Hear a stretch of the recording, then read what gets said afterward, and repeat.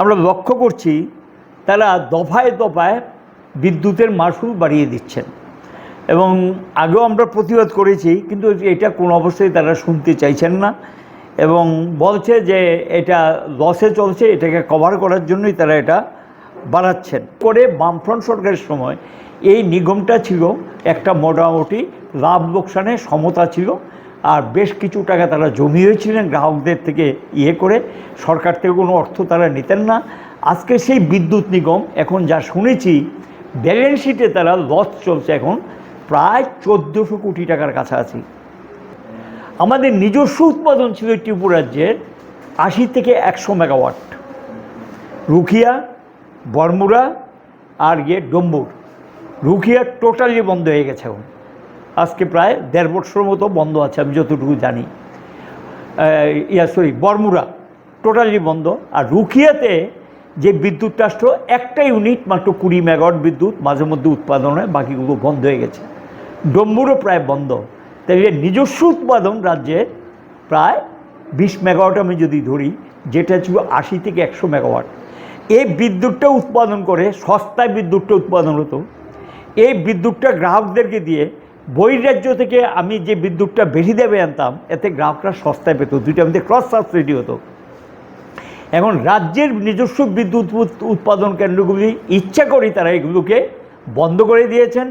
গ্যাসের টাকা দেয় না, যন্ত্রপাতি দিয়ে মেরামত করে না, ইচ্ছাকৃত এটা করা হয়েছে। রাজ্যের নিজস্ব বিদ্যুৎ উৎপাদন হলে বাড়ি থেকে বিদ্যুৎ কিনতে বাধ্য হবে এবং এটা অতি বেশি টাকায় আরও বেশি মূল্য দিয়ে বিদ্যুৎটা কিনে এনে রাজ্যবাসীকে সরবরাহ করবেন।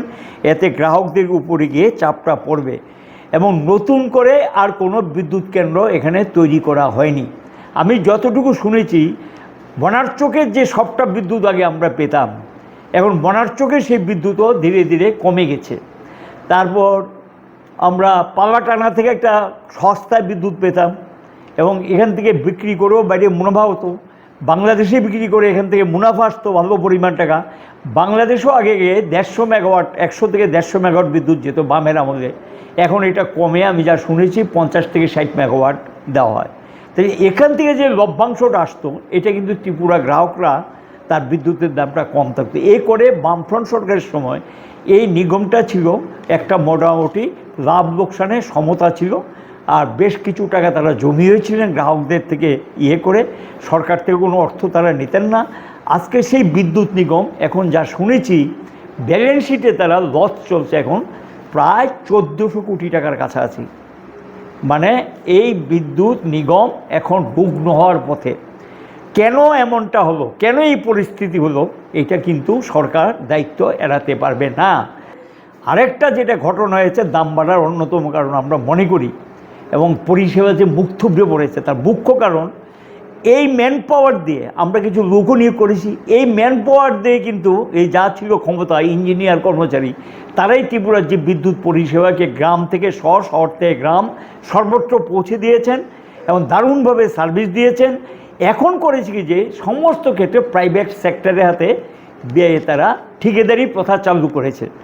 এতে করে যে এজেন্সিগুলো লাগিয়েছে সেই এজেন্সিগুলোকে বিল দিতে হয়, টাকা দিতে হয় এবং আলটিমেটলি এই যে রাজ্য সরকার এই যে নিগম যে এজেন্সি দিয়ে কাজ করাচ্ছেন সেই এজেন্সির যে টাকাটা সেই টাকাটা কিন্তু গ্রাহককে দিতে হবে এবং স্বাভাবিক কারণে খরচটা বাড়বে এবং এটা গ্রাহকের কাছে গিয়ে পড়বে।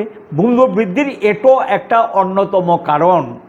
এখানে যারা ছিল আমাদের ইঞ্জিনিয়ার এবং কর্মচারী তারা তো ভালোই চালিয়েছিলেন এবং তারা তো একটা মানে লাভজনক সংস্থায় নিয়ে নিগমটাকে দাঁড় করিয়েছিলেন, কিন্তু কি কারণ দেখা দিল যে নিগমের এই অবস্থা হয়েছে। ঠিক আছে, কিছু লোক রিটায়ারমেন্টে গেছেন, তোমরা নিয়োগ করে নাও, কীভাবে নিয়োগ করবে সেটা তোমাদের ব্যাপার, কিন্তু তা না করে সেখানে দেখা যায় এজেন্সির হাতে ঢালাওভাবে তুলে দিয়েছেন, কয়েকটা ডিভিশন সম্পূর্ণ বেসরকারি হাতে তুলে দিয়েছেন।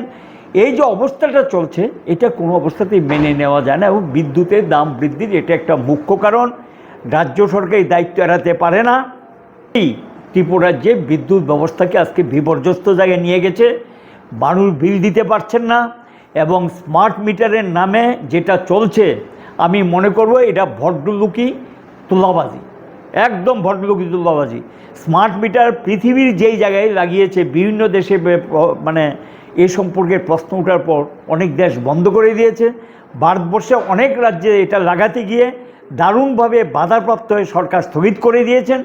আমাদের রাজ্যের সরকার একবার এটাকে বন্ধ করেন, আবার চালু করেন, এবং এখানে গিয়ে এখন শোনা যাচ্ছে যেটা আরেকটা নিউ টেকনোলজি নাকি একটা প্রাইভেট এজেন্সিকে দিয়ে স্মার্ট মিটারের ভিতর একটা নতুন যন্ত্র লাগিয়ে দিচ্ছেন, যেটার মধ্য দিয়ে স্মার্ট মিটারে যে রিডিংটা যাবে। এটার একটা জিনিস আমরা গ্রাহকদের উদ্দেশ্যে বলতে চাই, এই স্মার্ট মিটারের বিপজ্জনক দিক এখন কি দেখতে পারবে আগামী কয়েকদিন পর। সেটা কি, এখন গিয়ে যে ট্যারিফটা নির্ধারিত 24 ঘন্টা একই দামে বিদ্যুৎ পায়, এখন গিয়ে এই স্মার্ট মিটারে টেকনোলজিটাই এভাবেই তৈরি করা, প্রযুক্তিটা এভাবেই তৈরি করেছে, এখানে গিয়ে ঘন্টা হিসেবে তারিখ ঠিক করতে পারবে।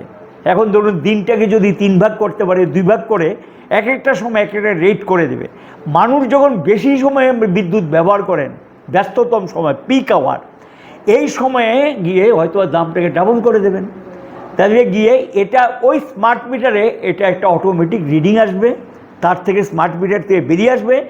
এইটা লাগু করার জন্য এটাকে তারা নাম দিয়েছেন ডে টাইম ট্যারিফ, এবং এই ট্যারিফটা লাগু করার জন্য এই স্মার্ট মিটার লাগানোর জন্য তড়িঘড়ি এই সমস্ত করছে গ্রাহকদের সর্বনাশ করার জন্য। আমরা সরকারকে বলবো এটা স্থগিত করুন, এটা বন্ধ করুন, আর বিদ্যুতের দাম কমান, দরকার লাগে প্রয়োজনে লস কমানোর জন্য, নিগমকে ঢেলে সাজানোর জন্য, এবং দরকার লাগবে প্রচুর বেকার আছে আমাদের ছেলেদের মেয়েদেরকে চাকরি দিয়ে তাদেরকে নিগমকে সাজিয়ে তুলুন, এবং বেসরকারি নির্ভর করে কোনো দিন এটাকে দাঁড় করানো যাবে না। এটা মূল লক্ষ্য হলো এই নিগমটা মুখ থুবড়ে পড়বে, এটা সর্বনাশ হয়ে যাবে, এবং এমন জায়গায় নিয়ে এটাকে দাঁড় করাবে যখন গিয়ে আর এটা দাঁড় করানোর মতো কোনো অবস্থায় থাকবে না। মুখ থুবড়ে পড়ে বেড়ার জন্য, বেসরকারিকরণ করার জন্যই সুকৌশলে রাজ্য সরকার এবং নিগম এই পদক্ষেপগুলো গ্রহণ করছে।